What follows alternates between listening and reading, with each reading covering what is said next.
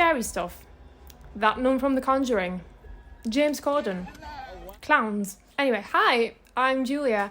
Welcome to my channel. This is the place where I talk about what I want, when I want. So sit back, relax, and let's just get into it. Let's just talk about scary stuff. When I was a child and I had to go to the bathroom at 2 a.m. in the morning, I would get up, go to the bathroom, and then switch off the light and run turbo speed back to my room. Because, that's the logical thing to do. You never know what might happen in the dark, right? If I was home alone and I heard a noise coming from anywhere, like a door slightly moving because of the wind, I would just sit in the corner and just wait for my mum to come back. Straight up savage. From what you've heard so far, I think you've gathered that I was a pretty fearless child. And I think it was because I saw Spirited Away when I was young. And yes, that was my first horror film. Also, no, I'm not joking. The part where the parents become pigs is the most terrifying thing I've ever seen. Ever. I think we can all agree on that. For some reason, I've always been attracted to horror. I've always been looking for stuff that would scare me, purposely, for the reason, I don't know, I just like being scared. Is there something wrong with me? Probably. It's bizarre to me, I still can't wrap my head around this thing that I used to do. And then I wouldn't sleep for weeks. There's this one episode of Buffy the Vampire Slayer that was ingrained in my brain. It just kept replaying over and over and over. And there were these floating grey men. It full on traumatized me, but also, I knew it was going to scare me, so why did I watch it? Okay, so here's the deal. When we consume horror, our body goes into a fight or flight mode, which can cause a surging of energy and a release of adrenaline, endorphins, and dopamine. Basically, dopamine is what you release when you eat chocolate. And this is because we aren't actually experiencing a genuine threat.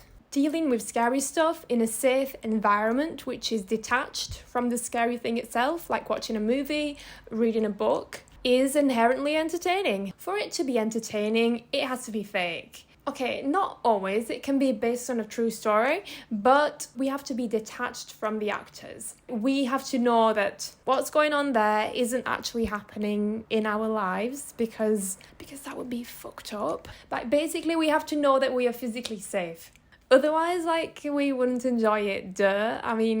That's what we call masochism, I think. There's also an element of confidence in knowing that we wouldn't act like that if we were put in that situation. If you think of how characters react in horror films, some of them are pretty stupid. We would never react like that. Right way and wrong way. Interesting. The right way sure sounds great. I think I've made my decision. As a viewer, you just wouldn't act like that, you know what I mean? I would just sit in the corner, which is obviously the right move because, well, I'm still here, so. Plus, if we watch horror whilst eating popcorn mixed with M&Ms, because, why wouldn't you put those two together? It's also a very enjoyable experience. It also helps with relationship dynamics. Fear-induced euphoria just bonds people. Trauma bonds, yeah. Trauma bonds. If you put two people in a room and they experience something really bad, you're connected for life. Do you know what I mean? Which is also why it's a thing to take your date to watch a horror film. Or it's a thing to take your date to a haunted house because scary experiences just bring people together. Also, it feels like I'm explaining relationship dynamics to an alien. If we put two people in a room together and something scary happens, they will probably bond. Also, I feel like I can't talk about horror films or this sort of situation without mentioning the most obvious thing. You in the back? Yeah, you guessed it. Pandemic movies. I bet you every single person that you know has watched a pandemic movie within the last 2 years. 3 years. Literally put your hands up if you've watched a pandemic film within the last 3 years. Everyone's been watching them. That's why Contagion was like at the top, in the top 10 movies for like 2 years straight. Also, don't look that up. So we've just talked about having to have some sort of distance from horror movies to enjoy them. But in this case, why are we all watching pandemic movies? Like, why do we all want to see horror films about our situation? Like, that is so strange. You'd think you'd want to watch some sort of comedy or like a really bad Christmas Hallmark movie, but why did we all just suddenly flock towards pandemic movies? Are we all crazy? And no, the answer is no. We aren't crazy. At least some of us. Pandemic movies make us feel less alone. It's basically a coping mechanism. We enjoy sharing our experiences, our traumatic experiences. That's basically why we have help groups. It's like a reunion of people who have shared the same experience and just want to talk about it. That's basically like watching a pandemic movie. We've talked about why we enjoy horror films and pandemic movies, but what makes something scary? Like, why are we scared of that certain thing? Honestly, the fear element is created by anticipation, creepy music, usually children singing, like you'll always get a child singing some stupid lullaby in a creepy voice, and storytelling, like the plot has to be somewhat feasible for it to be scary. There has to be a distance, but it has to be also like, yeah, that could happen. But like, real talk, I haven't seen any scary films recently. Like, I've watched horror films, but they just don't scare me anymore. I don't know if it's a me thing because I'm like desensitized and I've seen too much shit, or it's just films aren't scary anymore. Like, everything is a remake, or it's either what do they call it when it's like the second movie of something? Do you know what I mean? Like, you've already got Jaws. What's the point of Jaws 2? Don't even get me started on Carrie. Like, why is Carrie a thing? Like, the first one was bad enough. And hot take about Stephen King, like, Stephen King isn't scary. It's entertaining at the most. I used to be a huge fan of Stephen King movies, but I don't know what happened. Now they just don't really hit the same. But not just Stephen King, like, nothing is scary anymore. Like, name me one movie that has scared you this year.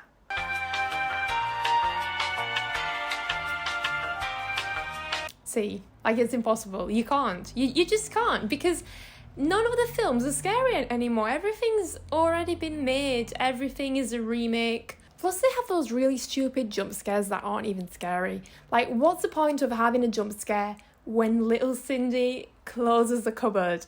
Like, what's the point of that? And you might think, oh, it's because it creates anticipation. No, I don't think it does. I think it's just tacky. Like, if you want to create a scary scenario, just make it scary. Why would you have to randomly just insert like a I don't know what that was. Why would you do that? It's not scary. It's just, I think it just lacks creativity and storytelling. Like, it doesn't add value. It doesn't give me anything. Okay, example of a really bad jump scare in a horror film. What's that noise? Can't hear anything now. It's probably nothing. Oh my god. Wait, is that noise again? Oh my god.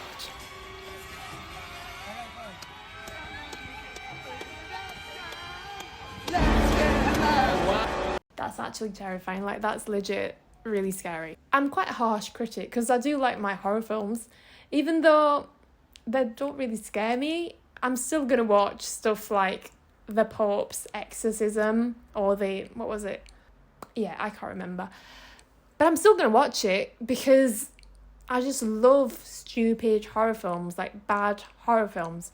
I feel like that's the new genre now. Like, a horror film is either trying to be good or it's just trying to be bad. And we as a collective just know that's what it's aiming for. And I feel like the self-awareness has become so... It's like the self-awareness has reached a peak. When self-awareness reaches that level, there's just no going back. Like smut films like Winnie the Pooh, the horror one, never seen that by the way, but that looks pretty stupid. Or films like Scream. I mean, literally, that film is the most self-aware horror film I've ever seen. To be honest, all the scary things are on YouTube. And no, I'm not talking about James Corden or James Charles. Somehow everyone seems to be called James. Shane Dawson.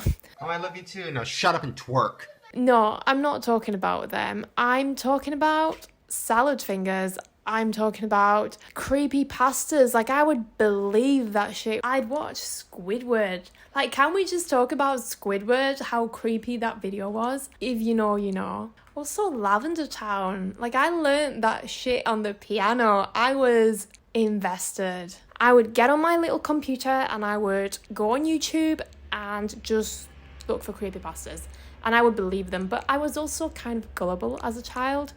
Like, you could tell me I made 30k by clicking on this link and I would 100% believe you. Like, it's a fact. It was a fact. After talking about the good shit, like salad fingers or Squidward, I think it's time to bring you to the recommendation corner. In this corner, I basically just give you recommendations. You guessed it. Here are my top horror films in general. Everything from Jordan Peele. Apart from that awful series which was made on YouTube. Don't even look that up. That was really bad. So we have Get Out. Honestly, one of the best things ever. Us, not as good, but still pretty good. And Nope. Very good movie. Go watch that if you haven't seen it. Another good film was The Perfection. Very good movie. Very gory.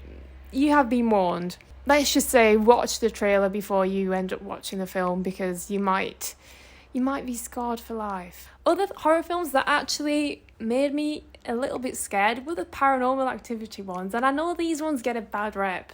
Like, these ones get a really bad rep. But I've just got to say it. I found them a little bit scary. Like, a little bit scary. Scarier than films nowadays anyway. So, we've talked about the movies, now let's talk about the manga. Fu no Tane, PTSD Radio, every single Junji Ito manga pretty much. I mean, not scary, but really fucking cool. One that really gave me anxiety was this one. It's called Zakishiki Onna. And yeah, it's pretty scary, not gonna lie. Traumatic. If you want, I can give you a full review of all of the manga and movies that I've mentioned in this video. I can, make a video. Just leave it in the comments and I'll do it as soon as possible. With that said, thanks for watching. Subscribe if you enjoy. Leave a comment, recommend something. Also, random thing, like if you want to know why you hate Skylar White from Breaking Bad, just click here to find out. I'll see you in the next one. Bye.